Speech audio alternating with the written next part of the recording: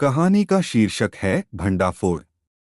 इसके लेखक हैं मैक्सिम गोर्की। गांव की सड़क पर से सफेदी पुते उसके कच्चे घरौंदों को पार करती जोर जोर से चिल्लाते लोगों की एक भीड़ गुजर रही थी। मजमा एक बड़ी लहर की भांति धीमी गति से बढ़ रहा था और उसके आगे आगे एक मरियल सा घोड़ा सिर झुकाए चल रहा था।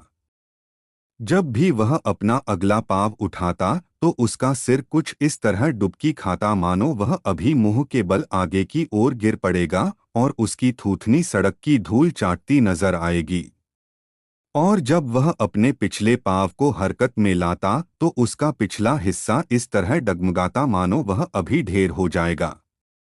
एक युवा स्त्री जिसने अभी अपनी बीसी भी मुश्किल से ही पार की होगी, बहुत छोटी और पूरी नग्न, उसकी नंगी कलाइयाँ गाड़ीवान के सामने वाले तख्ते से बंधी हुई। वह बगल के रुख चल रही थी। उसके घुटने कांप रहे थे जैसे अभी जवाब दे जाएंगे। काले और अस्त व्यस्त बालों से घिरा उसका सिर ऊपर की ओर उचका था और उसके फटे हुए दीदे सूनी अमानवीय दृष्टि से शून्य में ताक रहे थे। उसका बदन काली और नीली धारियों तथा निशानों से भरा था। कुमारियों जैसी दृढ़ उसकी बाईं छाती में गहरा घाव था और उसमें से खून की धार निकल रही थी। खून की एक लाल लकीर उसके पेट के ऊपर से होती हुई नीचे बाईं टांग के घुटने तक खींची थी और उसकी नाजुक टांगों की पिंडलियों पर धूल के थक्के चढ़े थे। ऐसा लगता था जैसे स्त्री के शरीर से खाल की एक लंबी डोरी उतार ली गई हो और उसके पेट को इसमें जरा भी शक नहीं। मुंगरी से पीटा या बूटदार एड़ियों से रौंदा गया था। वह इतनी बुरी तरह से सूजा और बदरंग बना हुआ था। स्त्री के लिए भूरी धूल में एक डग के बाद दूसरा डग घसीटना मुश्किल हो रहा था। उसका समूचा बदन ऐंठ रहा था और यह देखकर अचरज हो रहा था कि उसकी टांगें, जो उसके बदन की भांति चोट के निशानों खरोंचों से भरी थीं, किस प्रकार उसका बोझ संभाले थीं। किस प्रकार वह अपने आप को गिरने से और कुहनियों के बल घिसटने से रोके थी। लंबे कद का एक देहाती गाड़ी में खड़ा था। वह सफेद रंग की रूसी कुर्ती और काले रंग की अस्त्राखानी टोपी पहने था, जिसके नीचे से निकलकर चटक रंग के लाल बालों का एक गुच्छा उसके माथे पर झूल रहा था। एक हाथ में वह लगाम थामे था और दूसरे में एक हंटर, जिसे वह बाकायदा पहले घोड़े पर और फिर छोटे कद की उस स्त्री पर झटकार रहा था जो पहले ही इतनी मार खा चुकी थी कि पहचानी तक नहीं जाती थी।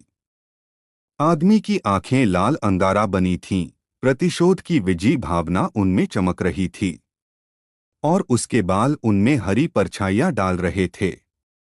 उसकी कुर्ती की आस्तीनें ऊपर तक चढ़ी थीं और उसकी लाल रोएदार मांसल बाहें साफ दिखाई दे रही थीं। उसका मुंह खुला था जिसमें सफेद पैने दांतों की दो पांतें चमक रही थीं और रहकर बैठी हुई आवाज में वह चिल्ला उठता था, ले यह ले कुतिया, हाँ हाँ हाँ, और ले यह और ले। स्त्री और गाड़ी के पीछे लोगों की भीड़ चल रही थी, चीखती चिल्लाती, हंसती, आवाजें करती, सीटी बजाती, कोचती, उकसाती, खिल्लियां उड़ाती। बच्चे इधर से उधर लपक झपक रहे थे।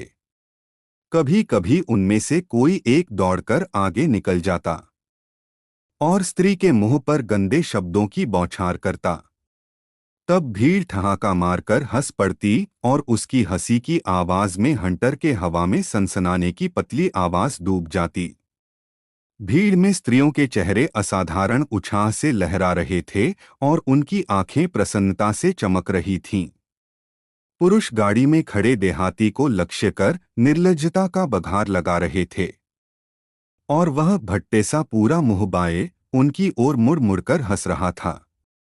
सहसा हंटर सनसनाकर स्त्री के शरीर से टकराता। लंबा और पतला, वह उसके कंधों का चक्कर काटता और बाहों के नीचे उसकी चमड़ी में धंस जाता। इस पर देहाती उसे अचानक एक झटका देता और स्त्री एक तेज चीख मारकर कमर के बल धूल में गिर जाती। भीड़ के लोग उछलकर आगे बढ़ते झुक करके उसके इर्द गिर्द एक दीवार सी खड़ी कर देते और वह आंखों से ओझल हो जाती।